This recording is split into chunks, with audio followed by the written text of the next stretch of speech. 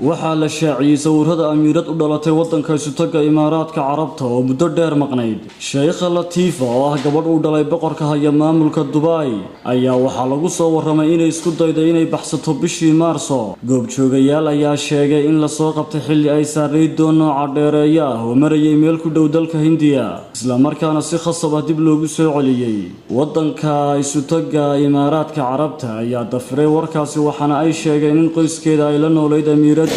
Dhacdadan ayaa walaac ku abuurtay qaar ka mid ah dalalka caalamka iyo hay'adaha u dooda xuquuqul insaanka.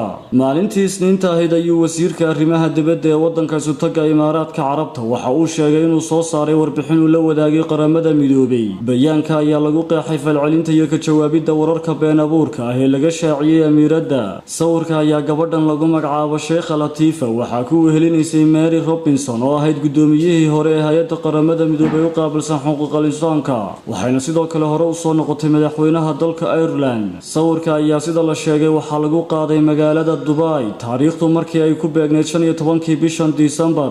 Qaramada midoobay ayaan weli wax jawaab ah ka soo saarin bayaanka la soo saaray. Amiiradda ayaa sida la sheegay u sameysay falkan baxsashada ah si ay u hesho nolol xor ah. Gabadhan oo 33 jir ah ayaa lagu soo waramay inay caawinaad ka heshay Hef Jobert oo horey u ahaa basaas u dhashay wadankaasi Faransiiska.